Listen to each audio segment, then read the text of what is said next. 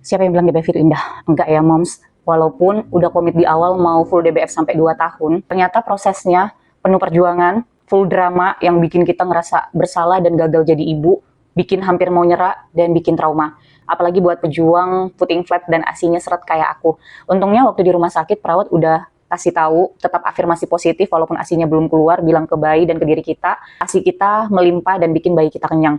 Walau nggak segampang itu melakukannya karena di hari keempat hampir mau nyerah mau beli sufor. Soalnya asiku nggak keluar juga dan bayiku makin rewel, itu bibirnya sampai kering kelupas dan mulai nguning kan. Nah, untungnya di malam itu PD ku bengkak, asiku mulai ngisi. Tapi rasa bengkak di PD itu nggak enak sama sekali, bikin demam. Rasanya itu, bayangin ya, kayak batu gede ditiban ke dadamu. Sakit banget. Nah, ngurangin rasa sakitnya itu harus dipompa.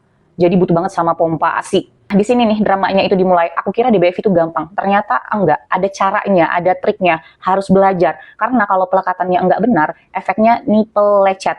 Dan aku baru tahu itu di 2 minggu kemudian. Jadi nipelku udah babak belur. Dan aku juga baru tahu nipple itu bisa korengan. Aku kira itu kotoran yang numpuk. Jadi pas mandi aku bersihkan, aku kasih VCO. Dan waktu berdarah baru sadar itu nipelku lecet. Nah, aku juga baru tahu ternyata ada nipple cream buat nipple yang lecet. Awalnya sempat ragu buat beli karena takut ketelan kan sama bayi. Tapi setelah aku cari tahu ternyata ini aman, nggak perlu dibilas. Tapi aku tetap worry. Jadi aku akalin nipple yang lecet, aku kasih nipple cream sekalian dia istirahat. Jadi yang sebelahnya buat DBF. Nah, aku pompa buat ngosongin PD-nya sambil tetap belajar pelekatan.